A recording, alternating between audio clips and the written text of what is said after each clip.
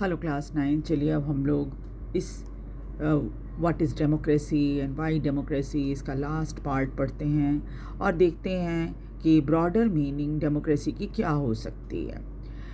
1.4 part है और ये लास्ट पार्ट है चैप्टर का। तो in this chapter we have considered the meaning of democracy in a limited and descriptive sense।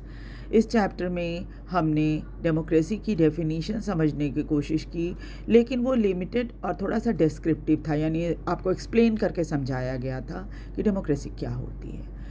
We have understood democracy as a form of government. ये भी हम समझ गए कि डेमोक्रेसी एक तरीके की सरकार है। This way of defining democracy help us to identify a clear set of minimal features that a democracy must have।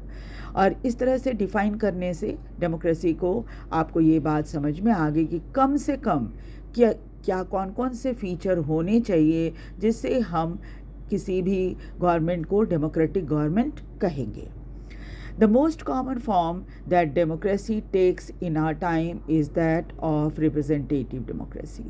सबसे कॉमन फॉर्म जो आज हमें दिखाई देता है डेमोक्रेसी का वो है रिप्रेजेंटेटिव डेमोक्रेसी, यानी कि आप रिप्रेजेंटेटिव चुनते हो।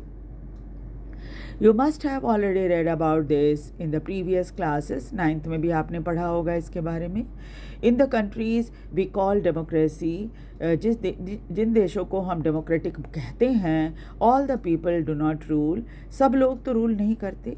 A majority is allowed to take decision on behalf of all the people।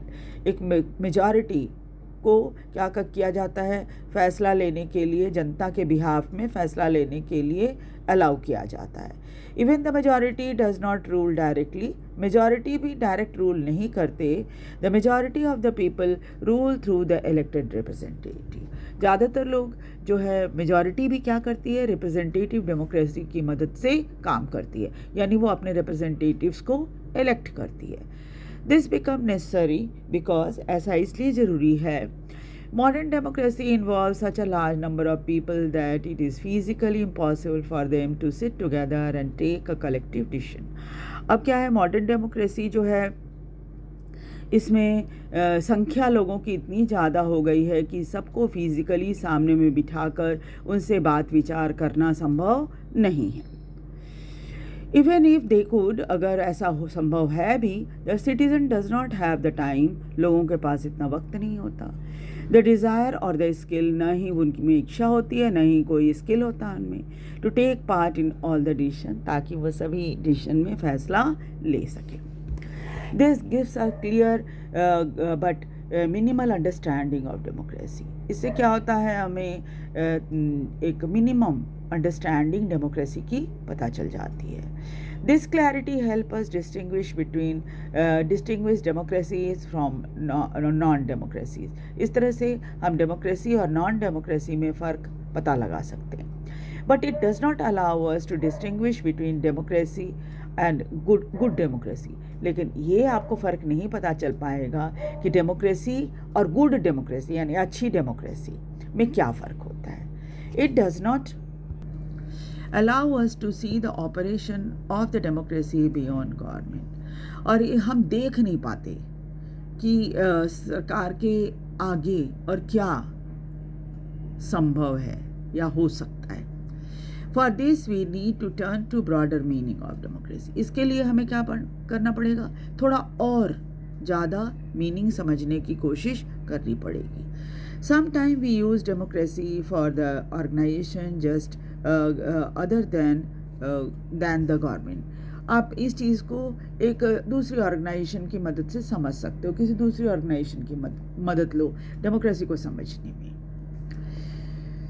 Just read these sentences. अब ये 3 सेंटेंस आपके सामने हैं जो थोड़ा बहुत आपको डेमोक्रेसी के बारे में बताएगा। We are very democratic family, whatever decision has to be taken, we all sit together and arrive at the consensus। My opinion matter as much as my father's।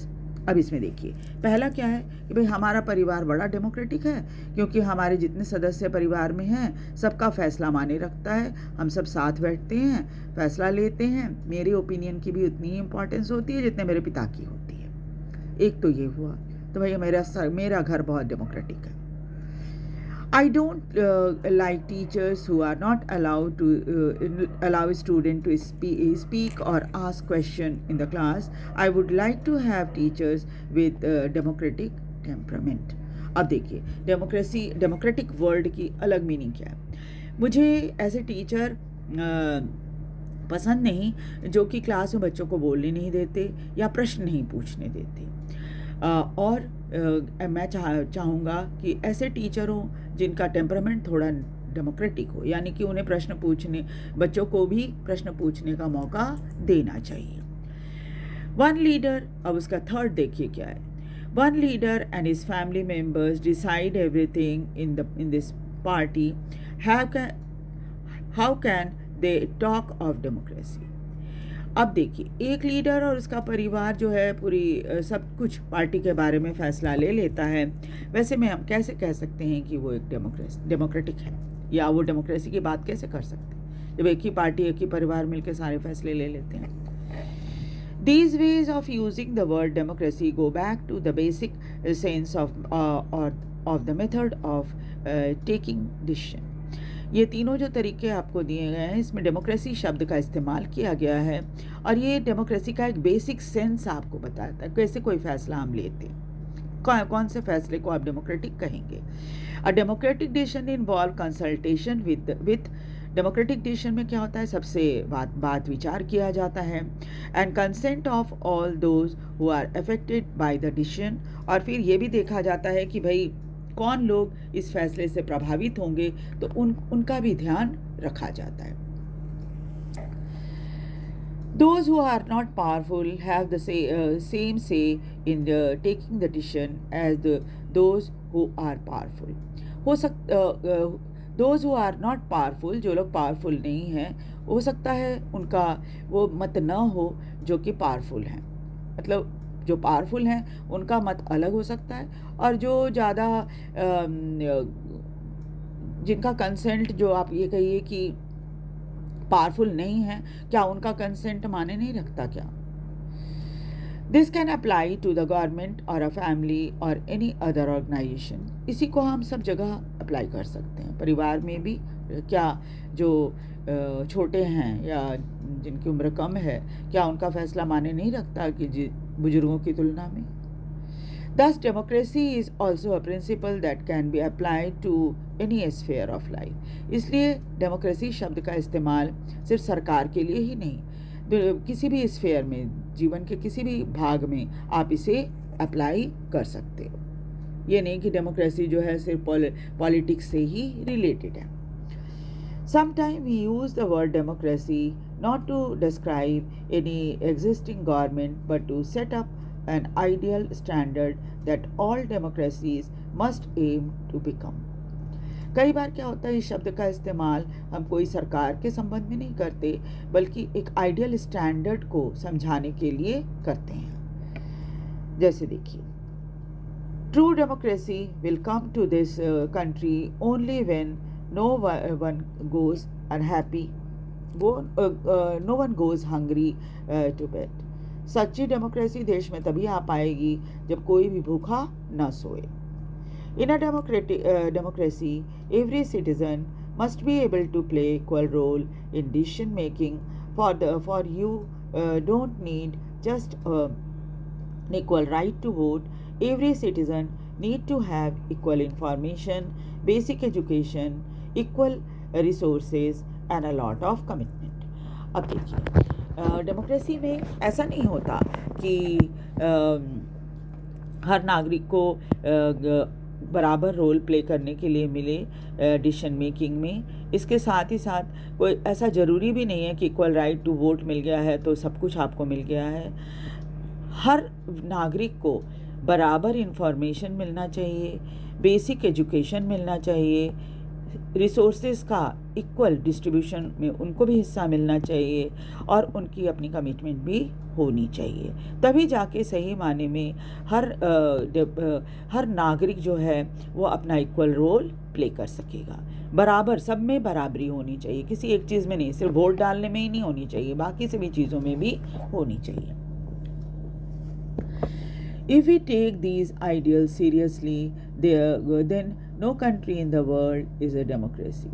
अगर हम इन आइडियल्स को बहुत गंभीरता से लेंगे तो कोई भी देश डेमोक्रेटिक नहीं रह जाएगा पूरी दुनिया में. Yet an understanding of democracy as an ideal remind us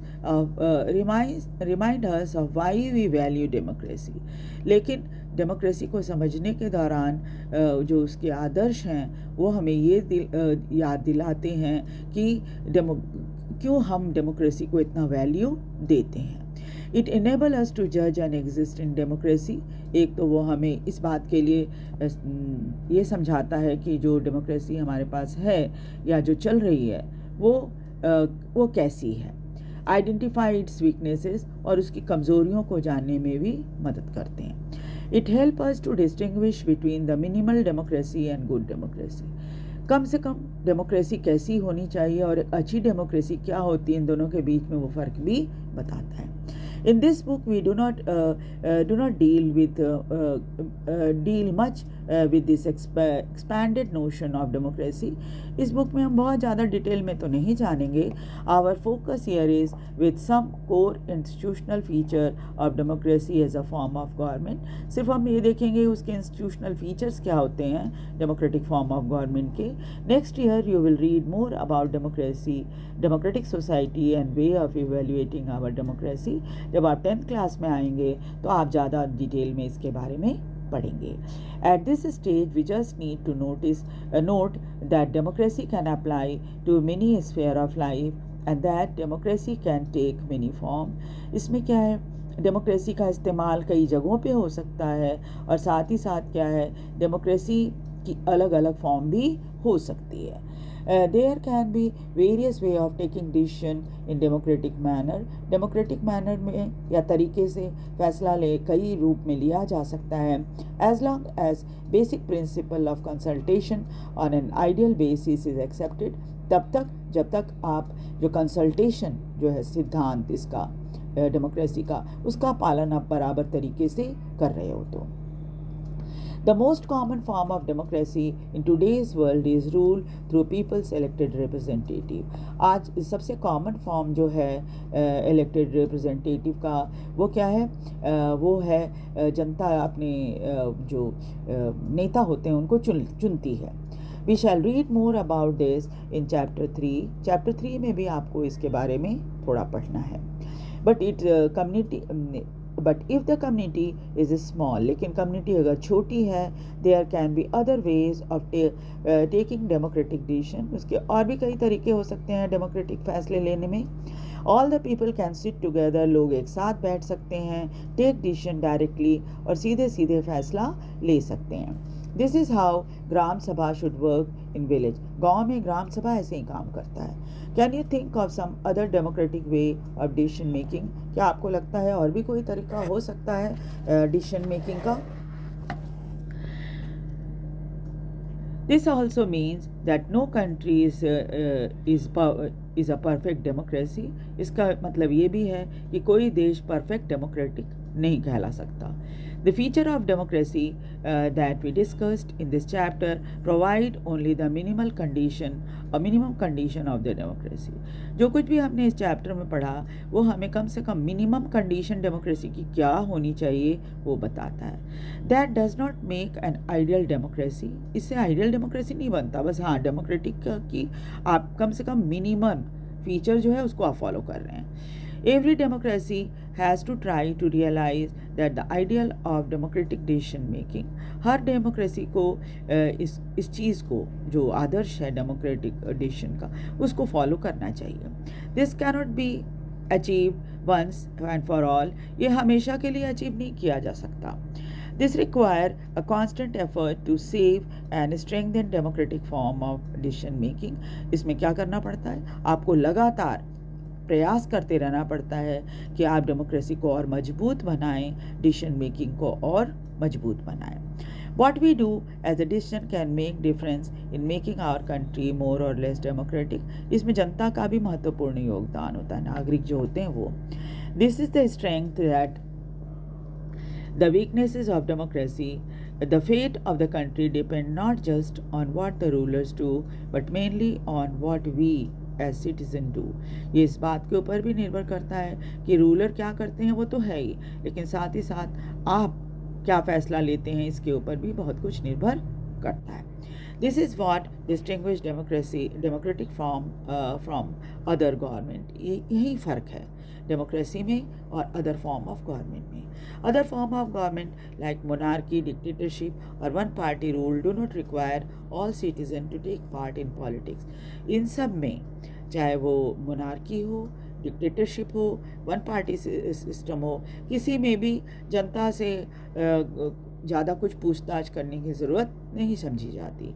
in fact most non-democratic government would like citizen not to take part in politics. ज़्यादातर non-democratic government यही चाहती है कि जनता पॉलिटिक्स में पार्टिसिपेट ना करे. But democracy depend on active political participation by all the citizen. लेकिन democracy का मुख्य मुद्दा यही होता है कि पॉलिटिकल पार्टिसिपेशन हर नागरिक का उसमें हो. That is why study of democracy must focus on democratic politics. इसलिए डेमोक्रेसी की जो स्टडी हम कर रहे हैं वो इस बात पर फोकस करें कि डेमोक्रेटिक पॉलिटिक्स क्या होती है. ठीक है, तो नेक्स्ट क्लास में हम आगे चैप्टर देखेंगे. मैं कोशिश करती हूँ कि इकोनॉमिक्स का चैप्टर स्टार्ट कर दूँ आपका, और इसके जो MCQ हैं उसको भी थोड़ा तैयार कर लेती हूँ मैं, और फिर आपके इसमें डाल दूँगी वीडियो में. और वैसे मैं तब आप जो MCQ की कॉपी बनाई है आपने, उसमें सारे MCQ नोट डाउन करके आप रखेंगे. ठीक है, उसको पढ़ते रहेंगे ताकि एग्ज़ाम के समय में आपके लिए ज़्यादा परेशानी ना हो. Thank you very much. Video को लाइक और सब्सक्राइब भी ज़रूर कर दीजिए. Thank you.